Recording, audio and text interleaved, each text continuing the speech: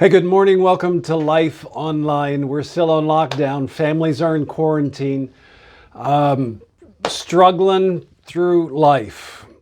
By the way, this isn't something that we should take us off guard, that this is something completely new and out of the ordinary. It's different than anything I've seen in my lifetime.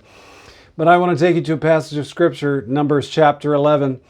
It's one of those moments. Israel has been complaining, and while they've complained, God's heard their complaints. He has responded. Judgment has come. Fire bursts out in the camp. So then they cry to Moses. Moses calls out to God. The fire subsides. But still, Numbers chapter 11 says that there were rabble who were traveling along with the Israelites. Probably some who had come out from Egypt with them. And they're telling the stories of how wonderful the food was back in Egypt. And of course, the Israelites have manna to eat off the ground every morning.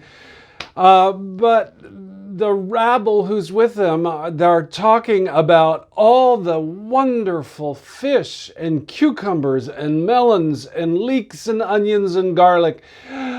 And the people are crying. In fact, it says, Moses heard all the family standing in the doorways of their tents whining, and the Lord became extremely angry, and Moses was very aggravated. And by the way, these are some of the words that Moses said to God.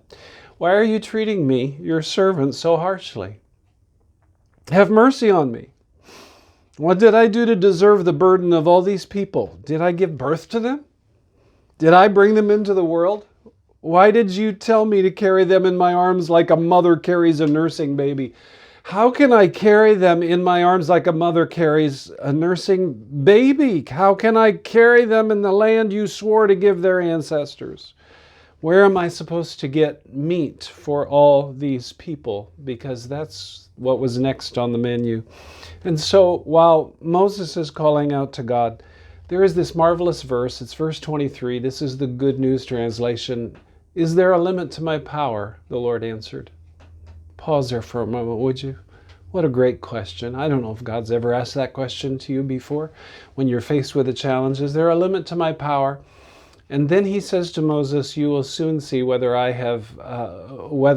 I have said will happen or not.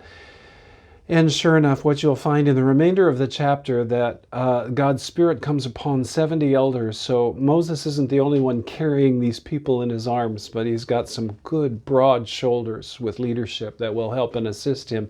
And then in addition to that, sure enough, the day came. And in came the quail. And there was more than enough quail for all of the people of Israel to eat. In fact, by the time the story's finished, they're kind of tired of the quail, but at least God answered in such an amazing way. What a great question. Is there a limit to my power? By the way, A.W. Tozer says this: the low view of God entertained almost universally among Christians is the cause of 100 lesser evils everywhere among us. The decline of the knowledge of the holy has brought on our troubles. A rediscovery of the majesty of God will go a long way toward curing them. I don't know if you find yourself discouraged. I don't know if you find yourself whining, complaining, troubled. Some of you have been through loss and tremendous sorrow here recently. But in all of this, the question is there a limit to my power? That's what God asks. Until you come to the conviction that God's grace and power has no limits, you will always pray small prayers. You will believe for small things. And you will probably avoid prayer, the place of prayer, altogether. But when you embrace the omnipotence of God, your prayer life will begin to move into the realm of that which is really the impossible. That with man things are impossible, yes, but with God all things are possible. So how big is your God? Is he big enough to heal your marriage? Is he big enough to heal your child? Is he bigger than the report of the medical tests? Is he bigger than your secret sin or your secret dreams? Is there a limit to my power? That is the question that God offers to us time and time again. And I will tell you this, when you turn toward him in your life, you will never be disappointed. Run to God. He's bigger than you realize. God bless. Have an awesome day.